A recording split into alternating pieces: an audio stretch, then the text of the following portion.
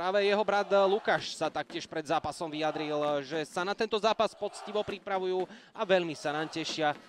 A taktiež vyzdvihol obranu Handlovej, že podľa Lukáša je jednou z najlepších v liter a rozohráva so Smithom. Ponúkol Muclonu, ktorú Tevis Smith využíva a premieňa aj svoj nájazd. Toto na Jozefa Vojteka.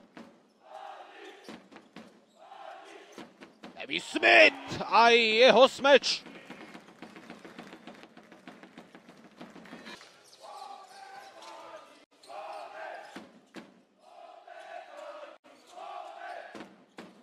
Tevis Smith a jeho ďalší úspešný nájazd. A tentokrát už si hostiu. Som tu spomínal v úvode, že Handlová má najhoršie trojky v celej súťaži. Bulnický ale nezakončil. V otočnej polovici už Valent. Hral na pípišku.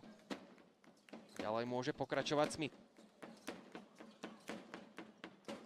Smith opäť išiel agresívne do koncovky a vyplatilo sa mu to. Každopádne necelé 3 minúty pred strelu Slávie.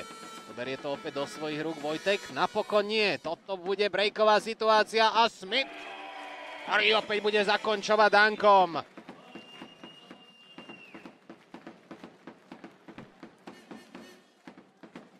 Zisk Tevisa Smitha a jeho následný smeč. Oddychový čas, ktorý... Vidíme, že to tempo naozaj opadlo na oboch stranách. Toto sú jednoduché 2 body pre Tevisa.